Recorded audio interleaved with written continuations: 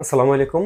আজকে তোমাদের কেমিস্ট্রির জৈব যৌগ 11 চ্যাপ্টারের অ্যালকেন থেকে কিভাবে অ্যালকিন প্রস্তুতি করে সেটা শেখাবো। তো দেখো, এখানে যদি তুমি 3টে স্টেপ মনে রাখতে পারো তাহলে খুব সহজে তুমি অ্যালকেন থেকে অ্যালকিন প্রস্তুতি করতে পারবে। স্টেপ নাম্বার 1, অ্যালকেনের সাথে ক্লোরিনের বিক্রিয়া আল্ট্রাভায়োলেটের উপস্থিতিতে অ্যালকাইল হ্যালাইড অর্থাৎ RH উৎপন্ন হবে। আর হচ্ছে অ্যালকেন থেকে একটা হাইড্রোজেন কম হবে, অর্থাৎ CnH2n+1, আর একটা হাত বাকি থাকবে, সেটা দিয়ে সে একটা হ্যালোজেন গ্রুপের মৌলকে ধরবে, প্লাস HCl। RX এর সাথে তুমি যদি সোডিয়াম হাইড্রোক্সাইড যোগ করো তাহলে প্রতিস্থাপিত হবে OH টা এখানে আসবে, এক্সটা এখানে চলে আসবে, অর্থাৎ ROH। এটা হবে অ্যালকোহল প্লাস সোডিয়াম ক্লোরাইড। এই অ্যালকোহল থেকে গাঢ় সালফিউরিক অ্যাসিডের উপস্থিতিতে তুমি যদি পানি শুষে নাও, অর্থাৎ পানিটা মাইনাস হয়ে যাবে, অর্থাৎ চলে যাবে, তাহলে উৎপন্ন হয়ে যাবে কি অ্যালকেন।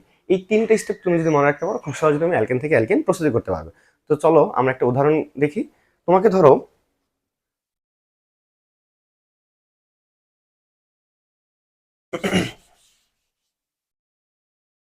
ধরো তোমাকে বলা হয়েছে ইথেন থেকে ইথিন প্রস্তুতি করো। ঠিক আছে, ইথেন থেকে ইথিন। তো ইথিনের সংকেতটা লিখো। এটা হচ্ছে ইথেন। তোমার কি প্রস্তুত করতে হবে? ইথিন। তাহলে ইথেনের সাথে ক্লোরিন যোগ করো আল্ট্রাভায়োলেটের উপস্থিতিতে, তাহলে কি হবে? Ethyl chloride.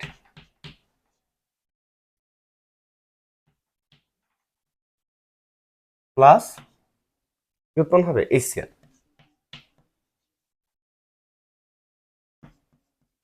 ইথাইল ক্লোরাইডের সাথে সোডিয়াম হাইড্রোক্সাইড যোগ করো, তাহলে হয়ে যাবে কি ইথানল। কি হয়ে যাবে?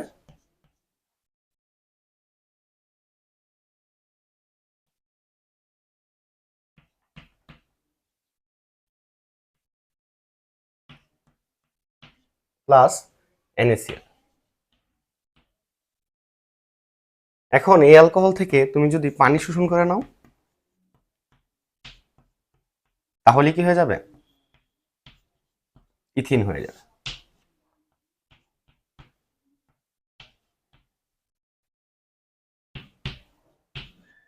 দুই কার্বন বিশিষ্ট ইথিন, যেহেতু ইথানল হচ্ছে 2 কার্বন বিশিষ্ট, তাহলে 2 কার্বন বিশিষ্ট ইথিন হয়ে যাবে CH2CH2। বুঝতে পেরেছো? অর্থাৎ এই প্রসেসটা ফলো করলে খুব সহজেই তুমি অ্যালকেন থেকে অ্যালকিন প্রস্তুত করতে পারবে। দেখা হবে নেক্সট কোনো ভিডিওতে। আসসালাম।